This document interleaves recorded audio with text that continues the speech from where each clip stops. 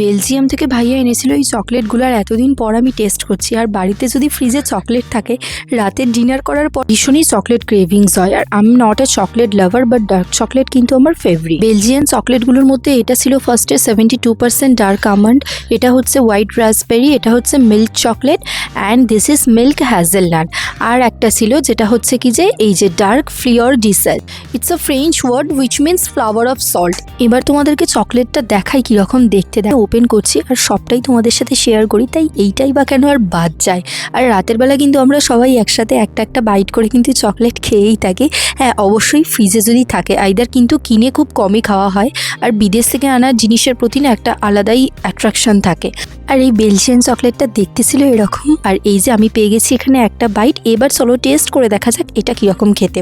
খেতে তো সত্যি বলছি খুবই ভালো ছিল। আর ডার্ক চকলেট আমি আগেই বললাম আমার ভীষণ ফেভারিট। আমার কিন্তু মিল্ক চকলেট বা বেশি সুইট চকলেট একদমই পছন্দ না। যাই হোক, এই ছিল আজকের ভিডিও। সো চলো টাটা, দেখা হচ্ছে নেক্সট কোনো একটি ভিডিওতে।